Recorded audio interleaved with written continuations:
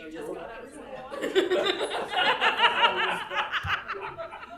right, I better end this here. This is getting out of control. All right, it's 7 o'clock in Gardner, Kansas. Call the meeting to order. Please rise and join me for the Pledge of Allegiance. Allegiance to the flag of the United States of America and to the republic for which it stands, one nation, under God, indivisible, with liberty and justice for all. Good evening, everyone. Before we get started, I did want to let everyone know Councilmember Steve Shute will not be attending this evening. He had some personal matters to attend to, so we will still have quorum. He will not be joining us this evening. So we will start off. We have two proclamations. We have a healthy crowd here this evening for this.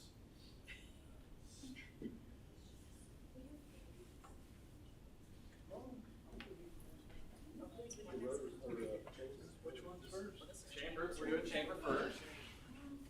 We may get some Go for it. Go. people up there. Right. Yes.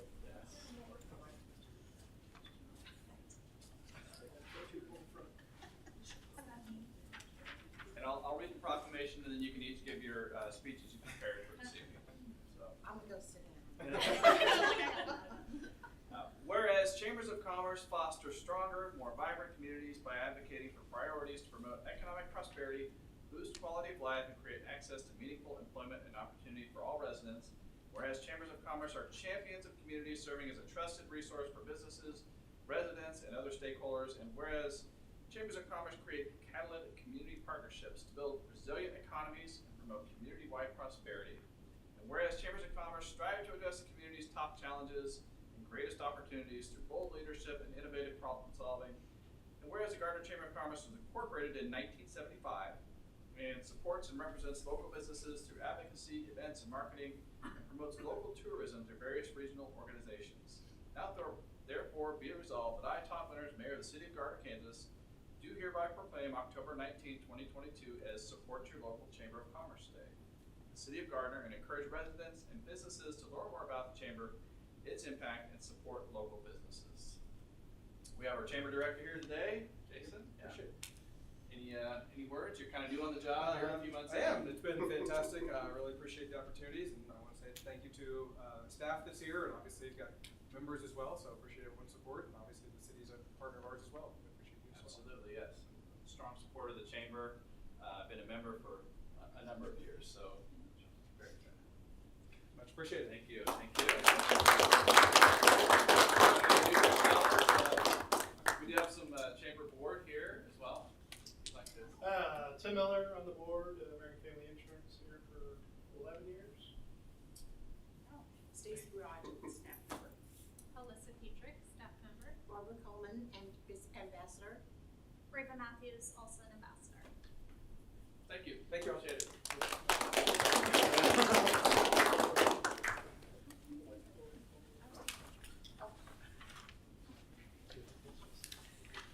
And next, we have a proclamation for Rotary. Doing well. Former Councilman Randy Kogorsik.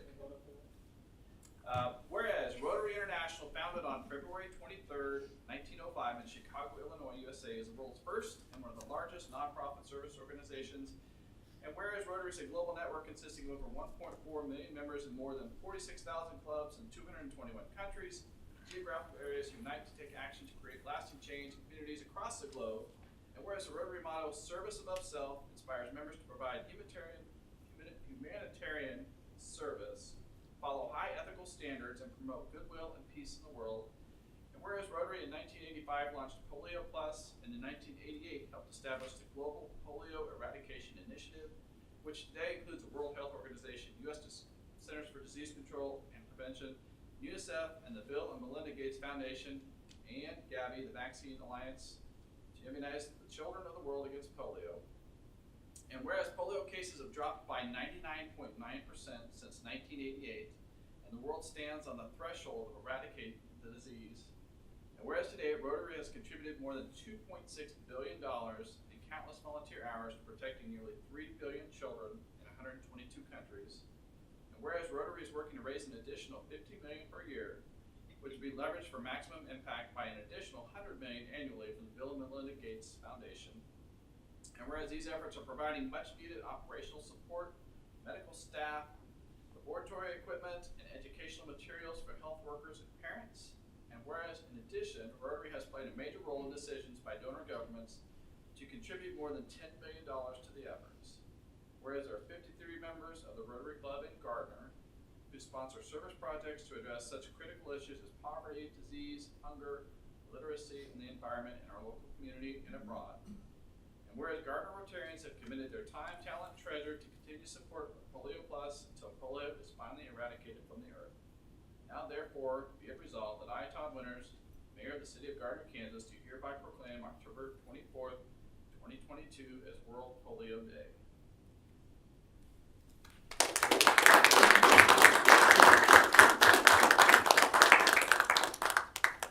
you want to say a few words? Yeah, just a couple of words. So Steve Hines, the president of Rotary, asked me to be the point guy for Pints for Polio. So this Thursday at Experiment from 6 to 7:30, we encourage everybody in the room, as well as some of you folks back here,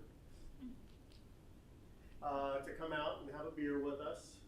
It's $20 and it's a fundraiser essentially. Keeping in mind that it only costs $3 to vaccinate a child for polio. So as you read, the Rotary International is making great strides. So we appreciate your support and invite everybody out this Thursday, 6 to 7:30. Sounds great. Thank you. Appreciate it. Yes, sir.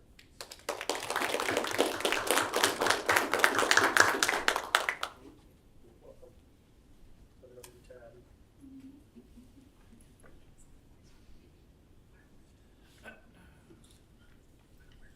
All right. And we have a third presentation. Cons is going to present on Gardner Substation number 4, sighting report presentation.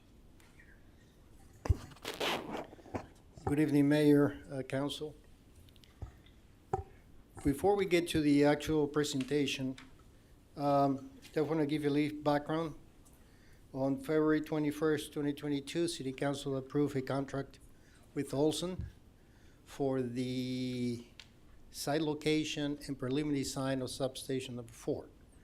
The project was divided in 2 phases. Phase 1 was the site location, and phase 2 is the preliminary design. On July 29th, the phase 1 was completed and also submitted a substation siting report. City is presently pursuing the purchase of one of the sites recommended on the report. Before going to phase 2, the preliminary design, I wanted to share with you the results of the siting report. So tonight we have Daniel Bauer-Kemper. He's a project team leader for Olson, and he'll be doing the presentation.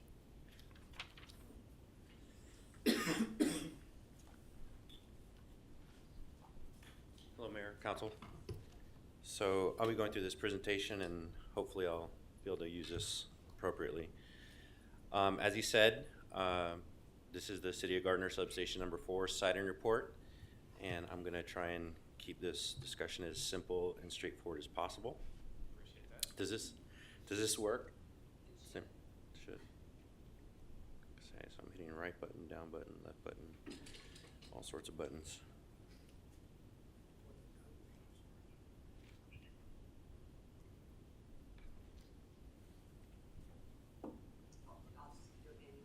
Okay, I'll just give you a thumbs up whenever. So, as I'm sure you know, due to the previous electric master plan and the I-35 and 175th Street Exchange suburban plan, that Gardner is projecting outward growth from the nearby KC metropolitan area. Of course, this will lead to an increase of electric demand for future residential, commercial, and industrial applications. Therefore, the city would be needing a substation to serve these power needs and maintain electrical reliability. I want to emphasize the word reliability for you guys, just to keep that in your head. So a new electric substation will be necessary in this vicinity. The objectives of this siting report were to identify preferred location and 2 alternative locations. And so I'm going to reiterate that the need was already established in the prior 2 studies. This one is for specifically the location. And to identify a suitable site for construction within the review area, to make recommendations for acquisition and preliminary design, and to provide power to an additional area of about 5.7 thousand acres, the growth area. So the existing infrastructure that Gardner has, substations number 1, 2, and 3, the locations should be relatively familiar: northwest of Santa Fe Street and Energy Center, southwest of Main Street and South Moonlight Road, and northwest of 167th Street and Waverly Road. The what you're seeing here, or what I'm assuming you're seeing on your computer screens, okay, is in purple would be the growth area that the city is projecting to see.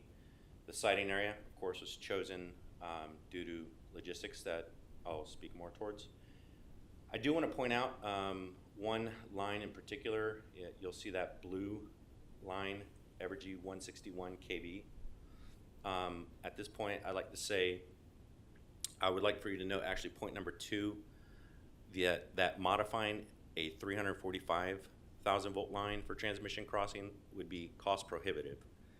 And that's why it was critical for me to pause and let you guys know that connecting to a 161,000 volt line is much more simple, much more cost effective. It's not gonna break the bank relative to a 345,000 volt line. There are a lot more stringent requirements, a lot more safety factors that have to be taken into account to connect to a line of that high of a voltage. And from Evergy's perspective, would require more protection around such an installation. So connecting to the 345 line would just not be reasonable. I'd like to point out also, point number 1, that there are only radial transmission lines to the south of the growth area. I'm not sure if that word radial matters to you, but the main idea would be that to be on a radial line, in effect, means that it would take one single outage on a transmission line to cause the entire substation to go dark. So that's not the preferred method for the design of a substation, but rather you'd want to be involved in some sort of loop.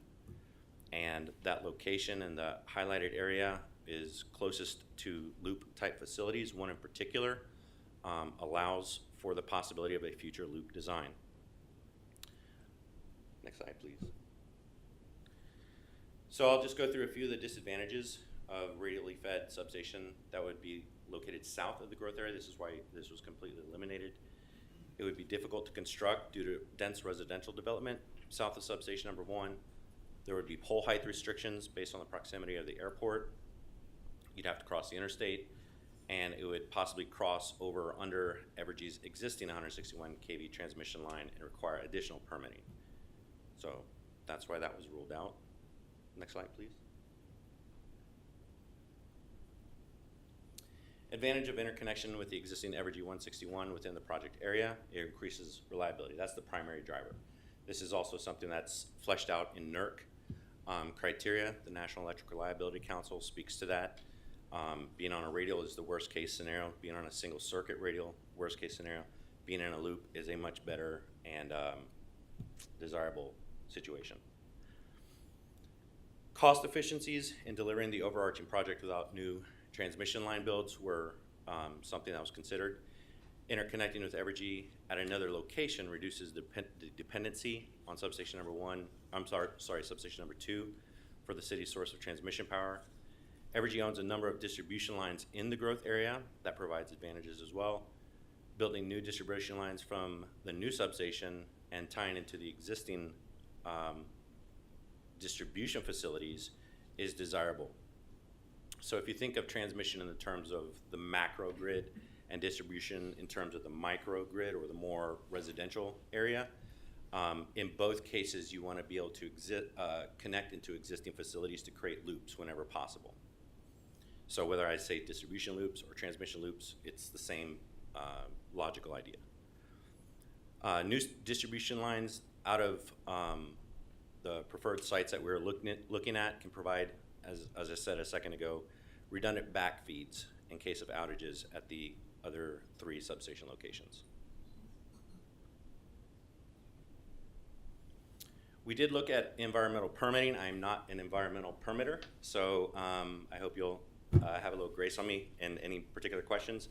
But I did want to at least include this in the presentation. Wetlands and streams account for less than 1% of the area that we're looking at for the siting of the substation. There may be need for federally threatened long-eared bats. No particular area, no critical area was found within the project area. There were no identified cultural or historical resources. And as far as migratory birds and eagles go, I believe my understanding is that you would still want to do a survey as a proactive measure to be sure that they're not there. But if they were identified once the project moves forward, you were to consult with the USFWS. Substation site criteria. As I mentioned before, the distribution and transmission system outliers are infrastructure that you would want to identify in the proper location or siting. You'd want to make sure that you have access to not simply radial feeds or radial infrastructure, but looped infrastructure.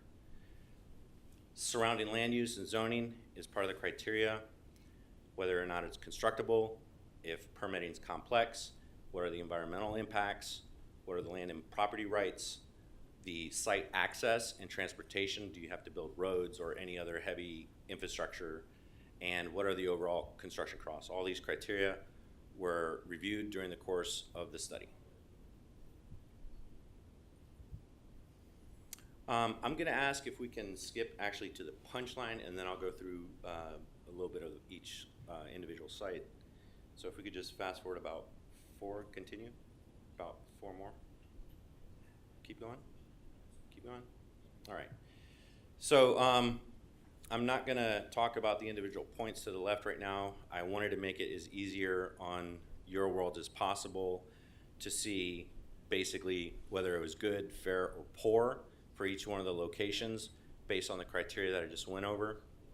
Site A was identified as the preferred site. Site C, I want to say actually all 3 sites were considered possible, but the preferred and the best clear shot was Site A, followed by Site C, followed by Site B. So if we could go back to Site A, please. About 6 slides back. One more? Okay. So this is the site that was identified as being ideal, and my understanding is that the city is moving forward on purchasing land in that site along South Clare Road, owned by a church organization.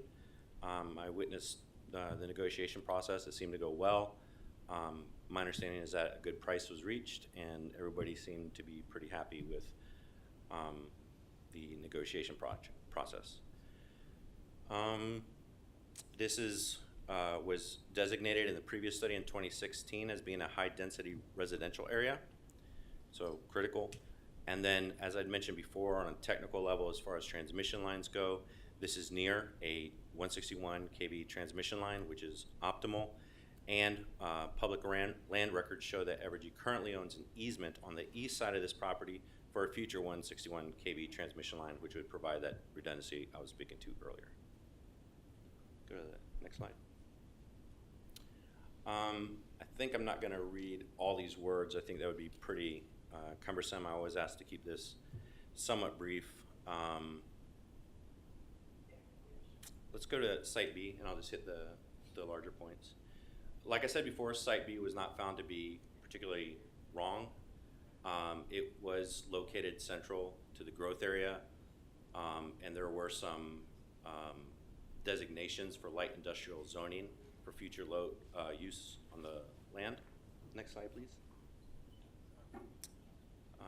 believe some of the issues had to do with the 345 kV transmission corridor and the fact that you would need to do a double circuit over I-35, approximately 0.3 miles. So there's a lot of complexity around that. That was noted in that much more simpler box that we included there a few slides down. If we could go to the next slide, please. The Site C, again, was not particularly bad. There was good topology. It is adjacent to an Evergy 161 line, but unlike Site A does have that future Evergy 161 line purchased easement is on Site A. Site C does not have this. This site is similar to the one recommended in the I-35 and 175th Street. Again, all of these A, B, and C were not bad options. It's just Site A allows for more future reliability without undue stress in trying to attach to a 345 line or to try and find another route to provide a loop. Next slide, please. So I just spoke to Site C. These are some of the details. Some of the there would be moderate distribution infrastructure that would need to be put in place. That reality, as far as the distribution system, is true for all three cases. Happens to be that, again, option A does have a very close nearby feeder that was recently built. So right off the bat, there's already infrastructure that can be connected to at Site A for the distribution lines. Next slide, please. As I said before, Site A was deemed as being the optimal location. I would like to add, while it's not in this, it is in the last page of the report, and I hope none of you tried to go through those numbers because they're horrible. I wouldn't want to do that on my off night, but it is an analysis done on the losses that could be incurred. And when I say losses, I mean electrical losses. When I speak to that, I'm talking about power factor. And what I'm basically saying is you don't want extremely low voltages. You don't want sags. You don't want an overabundance of voltage. You want your voltages to be as close to 120 as you can at your home. That's what I mean by power factor. And the study did show that Site A would also have zero problems as far as power factor goes. So the optimal level of energy would be provided, so according to the models. Yes, sir. Right. Any questions, or do I need to? Thank you. We might see if council has any questions.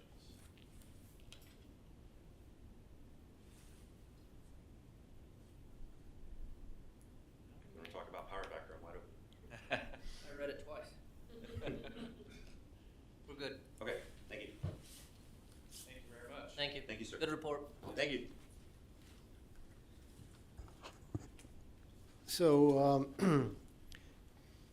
in order to proceed to phase 2, there's a notice to proceed that can be signed by the city administrator if there's no issue with phase 1. So that's the end of the presentation. So we'd be looking, assuming we, are able to attain the site we were looking for, what would be our timeline then to start looking to build or? To start design, the next phase, Yeah. as soon as you like. He could send me an email tomorrow and we could get started. And how long will it take? For the 30%, I'm just gonna throw out a really easy number for me, 6 months at the absolute max, 3 months if you needed it, but we could be flexible, of course. And that's for the design. 30%. The 30% preliminary design. And then, build out. Right, so we'll wait until we close on the property. Sure. And then we'll move forward with that. Okay. Any other questions? Comments? Thank you. Guns, appreciate it.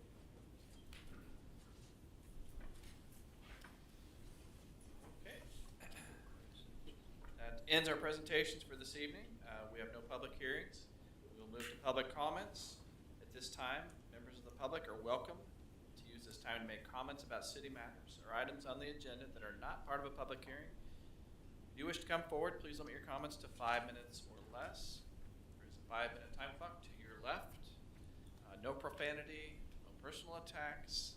That being said, come forward, state your name and address for the record, and the podium is now open.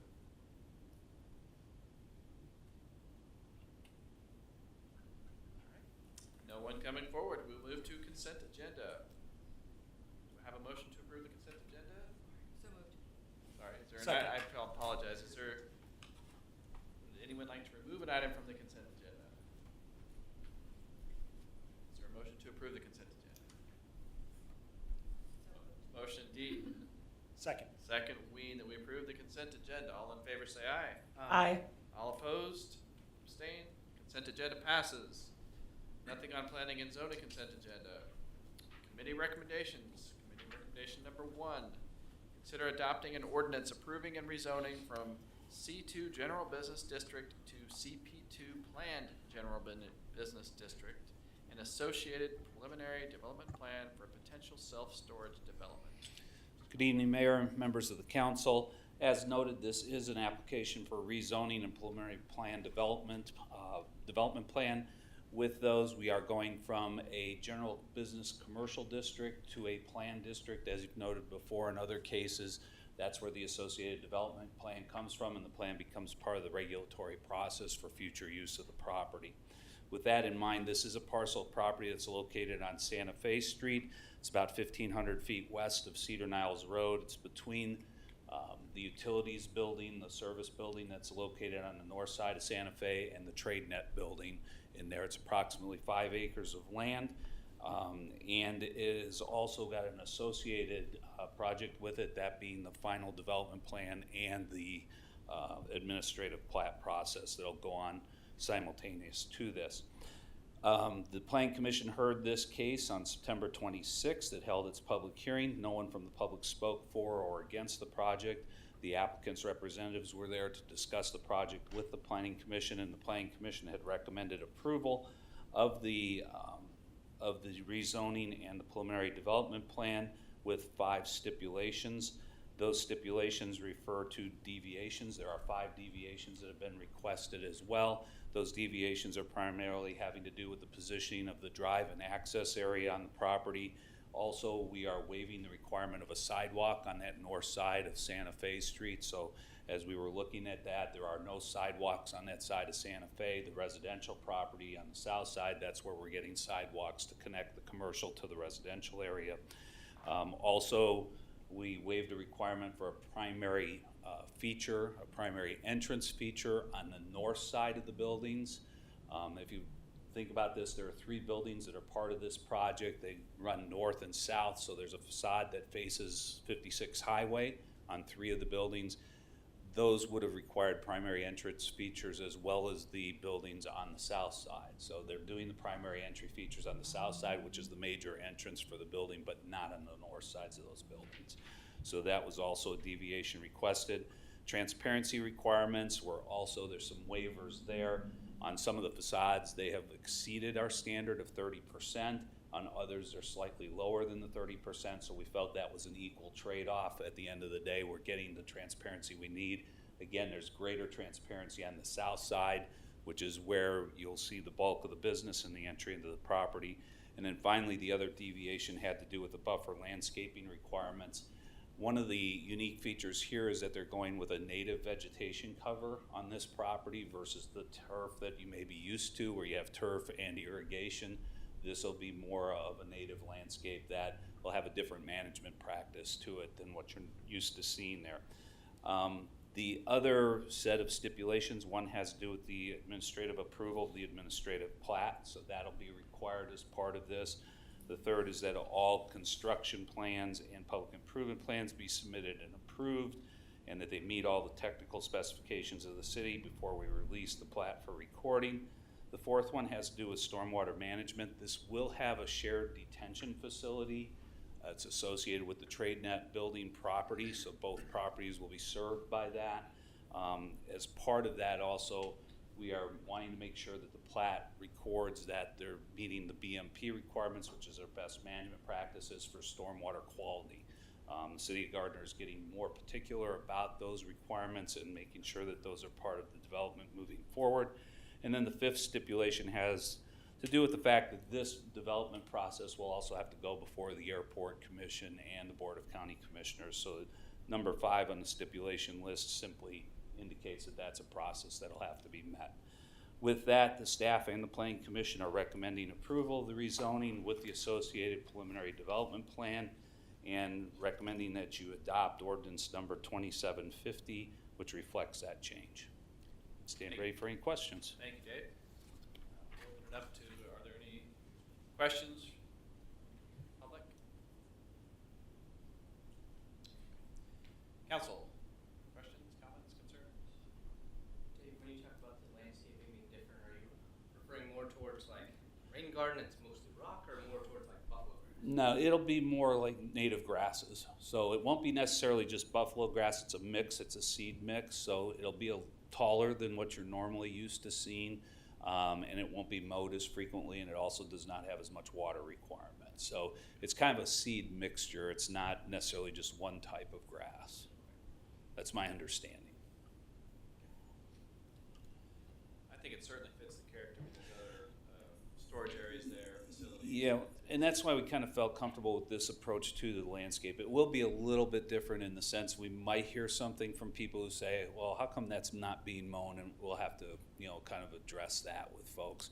But I don't see this as necessarily being a problem with overgrown or weed situations if it's properly managed.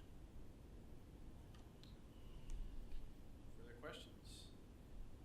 Do we have a motion for committee recommendation number 1? So moved. Second. Motion Deaton, second Baldwin. We accept the recommendation of the Planning Commission and adopt ordinance number 2750, an ordinance changing the zoning classification or districts of certain lands located in the city of Gardner, Kansas, under the authority granted by Title 17 of the Municipal Code of the city of Gardner, Kansas. Councilmember Deaton, Yes. Councilmember Roberts, Yes. Councilmember Baldwin, Yes. Councilmember Ween, Yes. Mayor Winters. Yes. Ordinance number 2750 passes. All right, we have no old business, so moving on to new business. New business item number 1. Consider a resolution declaring the intent of the city to issue industrial revenue bonds for the purpose of financing a portion of the cost of the acquisition, construction, and equipping of a commercial facility within the city, Main Street Marketplace. Mr. Wilk. Good evening, Mayor, Council. The development agreement between the developer and the city outlines the use of industrial revenue bonds for financing the Main Street Marketplace project for the sole purpose of obtaining a sales tax exemption on the acquisition, construction, and equipping of a commercial facility. On May 4th, 2020, the City Council adopted ordinance number 2663, authorizing the issuance of $9.5 million in industrial revenue bonds for the construction of the new Price Chopper grocery store. The proposed resolution here tonight would declare the city's intent to issue $9.89 million in IRBs for the redevelopment of the old Price Chopper grocery store. Please remember that IRBs are paid solely out of rentals, revenues, and receipts derived from the lease of the project to the company from the city. The bond shall not be general obligations of the city. There were some last-minute changes to the resolution here tonight. Bond counsel Tyler Ellsworth from Kutak Rock is here and can give a quick explanation on the changes. Welcome, Tyler. See you again. Good evening, Mayor and Council. As Finance Director Wolf mentioned, there was one change in the resolution of intent that you're being asked to consider this evening, and that change occurred after the packet went out last week. So the developer that the city has an agreement with for both construction of what's now the new grocery store and redevelopment of the old grocery store is an entity known as Group Gardner LLC. Under the development agreement, they have the right to assign portions of that agreement or the whole agreement to an affiliate if they provide us notice. And so they've indicated that they will be assigning the rights under the development agreement to redevelop the former grocery store to an affiliate, and that affiliate is DJC Properties LLC. And so that change to the name of that entity is the change to the resolution from the version you saw in your packet. So there's no substantive impact from the city's standpoint. The new entity is just responsible for this portion of the improvements here, but they're still bound by the development agreement, still subject to the same requirements as the original developer. So just wanted to bring that to your attention. Thank you.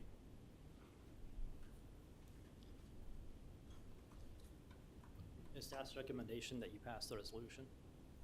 Thank you, Matt. Any public comment on new business item number 1?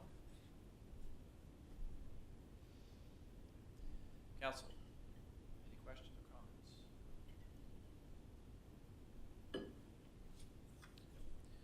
Do I have a motion for new business item number 1? So moved. Second. Motion Deaton, second Baldwin, that we adopt resolution number 2114, a resolution declaring the intent of the city of Gardner, Kansas to issue industrial revenue bonds in the approximate amount of $9,890,000 for the purpose of financing a portion of the cost of the acquisition, construction, and equipping of a commercial facility within the city, Main Street Marketplace. City Clerk? Councilmember Roberts, Yes. Councilmember Baldwin, Yes. Councilmember Ween, Yes. Councilmember Deaton, Yes. Resolution number 2114 passes. New business item number 2, consider a resolution declaring the intent of the city to issue industrial revenue bonds for the purpose of financing a portion of the acquisition, construction, and equipping of one or more phases of a multifamily apartment project, University Park Apartments. The developer of University Park Apartments has requested the use of IRBs to finance a portion of one or multiple phases of the multifamily apartment project. The financing approach would have the developer, would provide the developer with the sales tax exemption on the materials, and would also allow them to basically include more amenities into the project. Exhibit A of the attached resolution outlines the package of amenities, which will be, which represent a significant private investment and adds additional value of the development project beyond the minimum development requirements of such a project in the city of Gardner. It is staff's recommendation that you pass the resolution. Thank you, Matt. Any public comment for new business item number 2? Council, any questions? I have a motion for new business item number 2. so moved. Second. Motion Deaton, second Baldwin, that we adopt resolution number 2115, a resolution declaring the intent of the city of Gardner, Kansas to issue industrial revenue bonds taxable under federal law in one or more series in the aggregate principal amount not to exceed $97 million for the purpose of financing a portion of the acquisition, construction, and equipping of one or more phases of a multifamily apartment project within the city, University Park Apartments. City Clerk. Councilmember Baldwin, Yes. Councilmember Ween, Yes. Councilmember Deaton, Yes. Councilmember Roberts, Yes. Resolution number 2115 passes. New business item number 3. Consider a resolution amending resolution number 2094 of the city declaring the intent of the city to issue industrial revenue bonds for the purpose of financing a portion of the acquisition, construction, and equipping of phase 2 of a multifamily apartment project within the city, Tallgrass Apartments Phase 2. On October 4th, 2021, the City Council adopted resolution number 2094, declaring its intent to issue IRBs in the approximate amount of $12.54 million for Phase 2 of Tallgrass Apartments. Resolution number 2094 is set to expire on January 1st, 2023. The proposed resolution amends the resolution number 2094, changing the expiration date to July 1st, 2023. It is staff's recommendation that you adopt the resolution. Thank you. Any public comments on new business item number 3? Council, any comments? Is the extra 6 months due to acquisition of construction equipment or supplies? Gons can correct me, but I believe it's related to the electric generators or transformers. Like there's a delay in the supply chain. Do I hear a motion for new business item number 3? So moved. Second. Motion Baldwin, second Deaton, Did we adopt resolution number 2116, a resolution amending resolution number 2094 of the city of Gardner, Kansas, declaring the intent of the city to issue its industrial revenue bonds taxable under federal law and the principal amount not to exceed $12,540,000 for the purpose of financing a portion of the acquisition, construction, and equipping of Phase 2 of a multifamily apartment project within the city, Tallgrass Apartments Phase 2. Councilmember Ween, Yes. Councilmember Deaton, Yes. Councilmember Roberts, Yes. Councilmember Baldwin, Yes. Resolution number 2116 passes. New business item number 4, consider accepting voluntary annexations with landowner consent. City Administrator Pruding. Good evening, council. This is a request to voluntarily annex 4 tracts of land west of Clare Road on the north and south sides of 199th Street. Property adjoins land already in the city of Gardner and therefore can be annexed upon receipt of a voluntary annexation request from the property owners.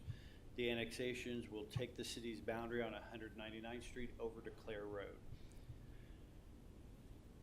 The terms are consistent with the direction of the governing body regarding the annexation of rural properties in the city's planning and growth area east of I-35. Recommend accepting the voluntary annexation agreements from the property owners identified and adopt ordinance number 2751. Thank you, Jim. Any public comment? Council, questions, comments? Do I hear a motion? Business item number 4. So moved. Second. Motion Deaton, second Baldwin. We accept the voluntary consent annexation agreements from the property owners identified within and adopt ordinance number 2751, an ordinance annexing land to the city of Gardner, Kansas. Councilmember Deaton, Yes. Councilmember Roberts, Yes. Councilmember Baldwin, Yes. Councilmember Ween, Yes. Ordinance number 2751 passes. Okay, that concludes regular business. We'll move to council updates. Let's start with Chief. Nothing tonight. City Clerk. nothing for me. Finance Director Matt. You guys been talking to Jason, haven't you? Deputy Administrator. Nothing tonight. Cons. Nothing tonight. Jason. I actually do have something. Okay. This Friday, our steering committee is going to go on a park tour for the inclusive playground. We're going to leave here about 9 o'clock with our committee members that can make it. We're going to hit a couple of inclusive playgrounds in Blue Springs on the Missouri side. And then we've got one that we're going to go at Meadowbrook Park. They've got a new one up in Prairie Village, as well as Strang Park in Overland Park. So we're going to see what kind of amenities and structures they have to kind of get ideas for our project here in Overland. Thank you. Dave. Given the football game tonight, I have 12 things on my list that I'd like to go over, and I was told I was going too fast earlier, so I'm going to slow this down more. Next Monday is Planning Commission. We do have a couple of items on there. The one item of note is that we will be considering changes to the land development code as it corresponds to food trucks and to mobile food users. So we do have a public hearing in front of the Planning Commission then, and then that'll come to you in November at your second meeting in November if they decide to move forward with those amendments. So that's an item that's coming your way. We did send out, it's a little bit unusual, usually we just do a newspaper notice on text amendments. In this particular case, we also sent out to all the temporary use permit holders that have this type of use either on their property or whoever's holding that permit. So we wanted to make sure that they were aware that we were looking at this a little bit closer than usual. So that's the one item that I wanted to bring up tonight. Oh, one other item, based on Councilmember Baldwin's comments here, I just want to make sure we were clear. The native vegetation there will serve a stormwater quality purpose. It's not necessarily a rain garden per se, but the vegetation that will be in the detention facility area and the rest of the site is intended to help with the cleaning of stormwater as it runs through the site. So that's all I have. All right, thank you, Dave. Public Works. Good evening. I do have a fleet management update to run the council through, along with requesting a little bit of direction. For anybody who's tried to buy a vehicle in the last couple of years, it's almost impossible to find exactly what you're looking for. On the commercial side of fleet management, this is very similar. We've anticipated supply and cost issues this year in our VERF buy, and what we've found is that there are simply no vehicles to be purchased at this point through our normal channels. We reached out to the county fleet manager to see if they had any better luck with what they're planning. They're planning basically the same thing every other entity is right now, which is annually the metro area collective purchasing program puts out bids to all the fleet providers, and then they open up a window for cities and entities to bid on those vehicles. The problem we have is a bit of a timing problem. We're not expecting to get pricing from those bids until about the 30th of October, in which case the next time that I'll be able to bring a council action to you would be the 7th of November. They're opening their order forms on the 7th, and they expect to basically sell out of available vehicles before the close of business that day.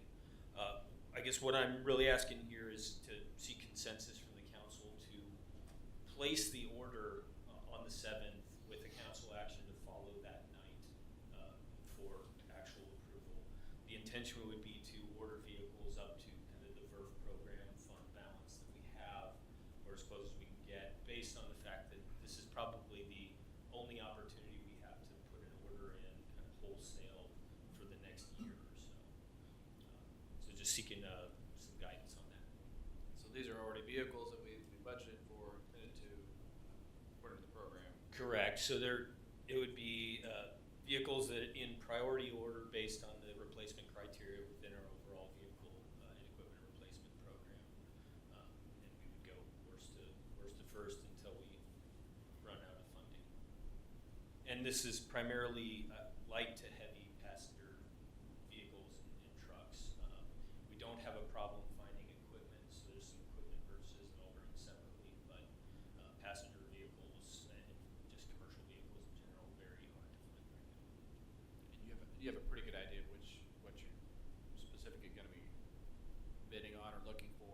We do. We have them in order essentially, and you will see the CAF prior to us placing the order. You just won't be able to vote on it until that. Are you expecting our money just not to go as far? I think across the board over the last couple of years, money just doesn't go as far on vehicles. We are expecting some higher pricing. However, it's kind of a buy it or don't buy it situation at this point. Does council have any objection to that? How many vehicles do we have on we've got to replace this year, next year? This year, next year, I mean, the list of replaceable vehicles at this point is somewhere around the 20 range. We were planning for this year, it's somewhere around 10, and then we'll kind of chip into the next years as far as we can go. I was hoping you were going to say less, but okay. Is there consensus from council on that? I feel like we have to do that to be able to get best pricing. I mean, the alternative would be that we could have a special meeting the week before. But if we're just going from the bottom up anyway, and it sounds like delaying it a year isn't going to gain us anything, we're going to fall far behind the eight ball, then I think this is our opportunity to do what you can. Yeah, ultimately, we designed the VERB program to basically replace everything within that budget amount, so we're not expecting to go past what we already have authorized. We have consensus then. Thank you. Anything else? Nothing further. City Administrator. You probably noticed Ryan's not here, so I reached out to him. He's out of town. Spencer was supposed to be here, miscommunication, so that's why the chair next to me is empty. We've been working on the police pay issue for the last couple weeks, and we're going to bring something to council next week, as we discussed last time, and as anticipated, the amount to match what the county's doing is exorbitant. It's over $1 million, which we don't have the capacity to do that, so we're trying to figure out how to best address the pay issue within our capacity. So you probably saw in last week's Friday Minute Memo, we lost another officer that we didn't anticipate losing, and it was strictly for pay. So we're going to have to do something, and we'll have that discussion at the next council meeting. So with the annexations over to Clare Road, we have hit our goal on the east boundary, working on the west boundary, but the discussions with the county and Spring Hill and Edgerton are ongoing.